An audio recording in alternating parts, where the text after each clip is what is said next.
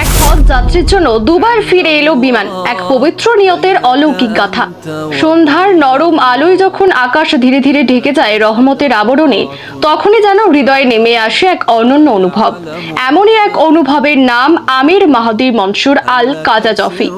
লিবিয়ার দক্ষিণাঞ্চলের এক নির্ভীক যুবক, যার পবিত্র নিয়ত ও অটল ঈমান বিশ্বকে কাঁদিয়ে তুলেছে।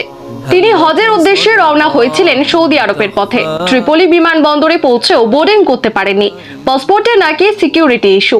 দল ছেড়ে একা বসে থাকা আমিরকে সবাই বিদায় জানিয়েছিল, কিন্তু তিনি তখনও বলেন, ইনশাল্লাহ প্লেনটি উড়বে না, আবার ফিরে আসবে। আমার নিয়ত হজ, আমি যাবই। আল্লাহর কি কুদরত! কিছুক্ষণের মধ্যেই ঘোষণা এলো, প্লেনের যান্ত্রিক ত্রুটি, এটি ফিরে আসছে। মানুষ অবাক, কিন্তু আমির স্থির। দ্বিতীয়বার প্লেন উড়েও মৌসুমী ঝড়ে আবার ফিরে আসে। এবার পাইলট নিজেই কাঁপা কণ্ঠে বলেন, আল্লাহর কসম, আমির না ওঠা পর্যন্ত আমি আর উড়ব না। সেই সন্ধ্যা যেন সাক্ষী ছিল এক ঈমানদার হৃদয়ের জয়গানে। বিমানের দরজা খুলে গেল শুধু এক বান্দার জন্য, আর সেই বান্দা ছিল আল্লাহর ঘরের মেহমান।